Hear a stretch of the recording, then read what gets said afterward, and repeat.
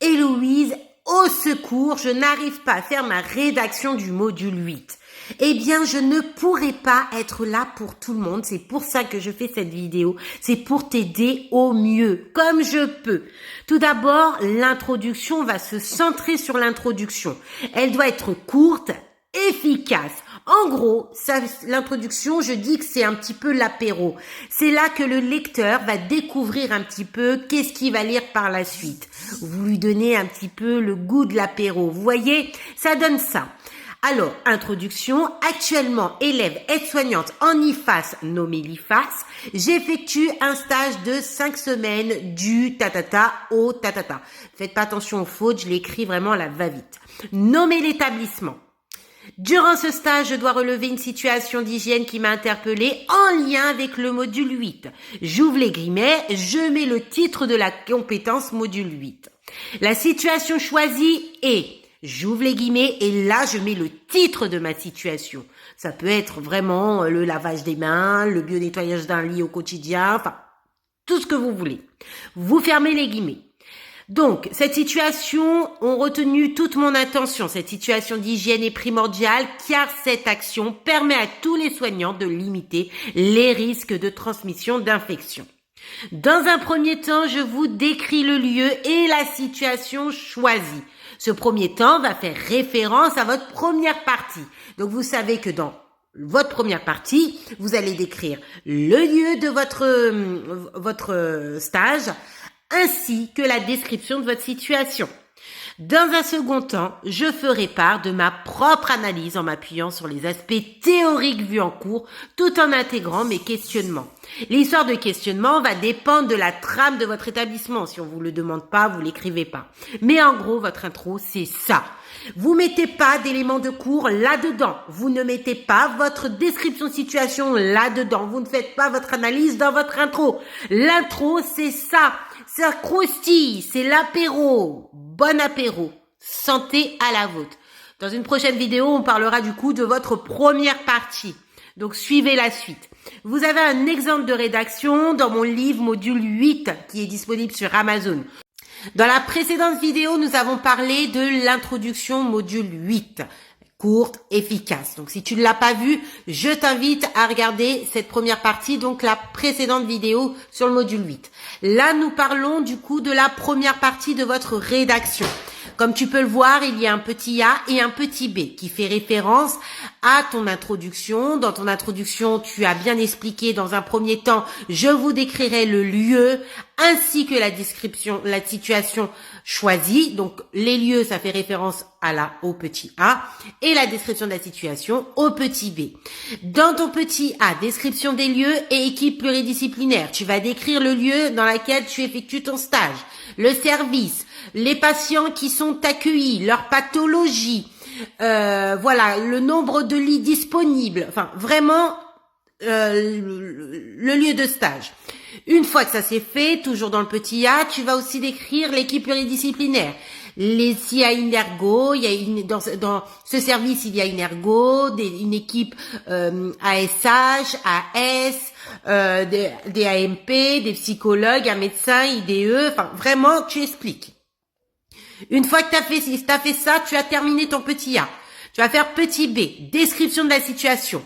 Et là, tu vas décrire ta situation telle que tu es en train de la vivre là tout de suite maintenant. C'est-à-dire que le lecteur, il doit vivre ta situation. Il doit être à ta place. Il doit la vivre au présent.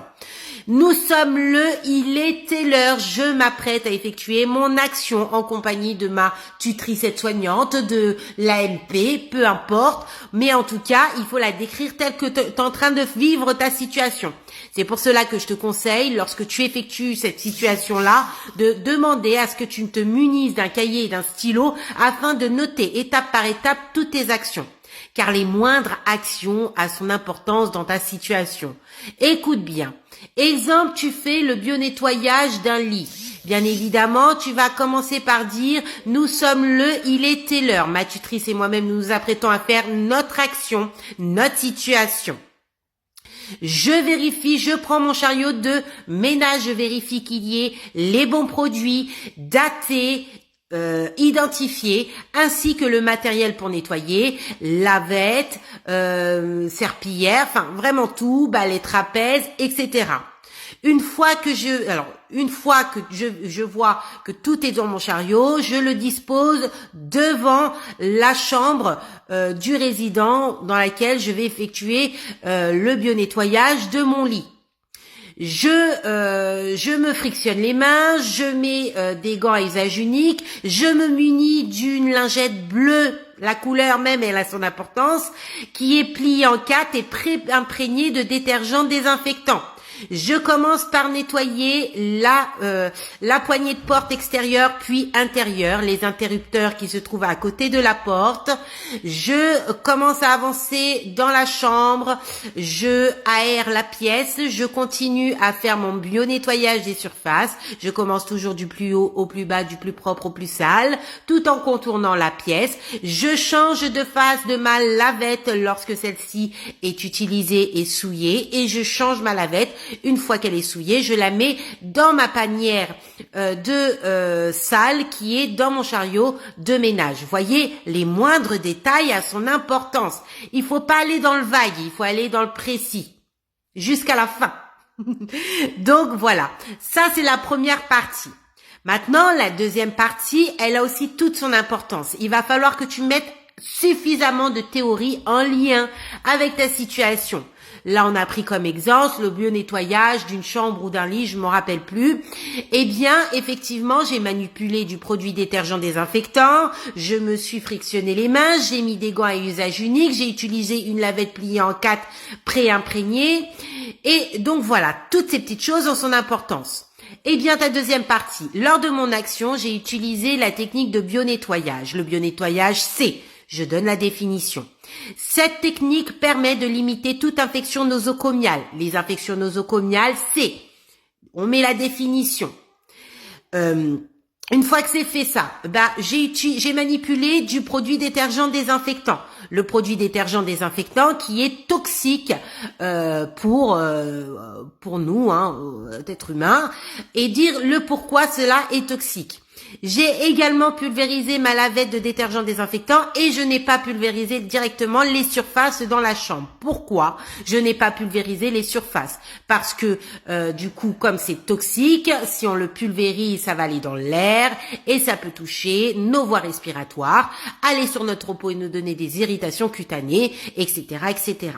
Pour chaque manipulation, bien évidemment, j'ai veillé à me désinfecter les mains et de mettre des gants à usage unique, toujours dans le truc, l'histoire que c'est du produit détergent désinfectant et donc nocif pour nous. J'ai vérifié également que le produit soit daté pour être sûr qu'il ne soit pas périmé et qu'il soit identifiable pour être sûr d'utiliser le bon produit. Lors de mon action, j'ai lavé du plus haut au plus propre, du plus haut au plus bas, du plus propre au plus sale et expliquer le pourquoi. Si vous avez balayé la pièce ou désinfecté la pièce à l'aide d'un balai trapèze, d'une serpillière ou je ne sais quoi et que vous avez utilisé la technique de Godey, vous l'avez dit en description, il faudra expliquer qu'est-ce que c'est que la technique de Godey et à quoi elle sert tout simplement. Il faut aussi décrire, comme vous le saviez, dans le module 8, on en parle, il y a plusieurs zones infectieuses. Donc, il y a 4 zones et votre établissement doit être dans l'une des 4. Donc, il faut dire, mon établissement est situé dans la zone catégorie 4 infectieux, je sais pas. C'est pour cela que le protocole d'hygiène doit être pointilleusement respecté pour limiter toute propagation de infection nosocomiale, nanani, nanana. Voilà, tout doit être justifié. Mettez au paquet de la théorie dans votre analyse.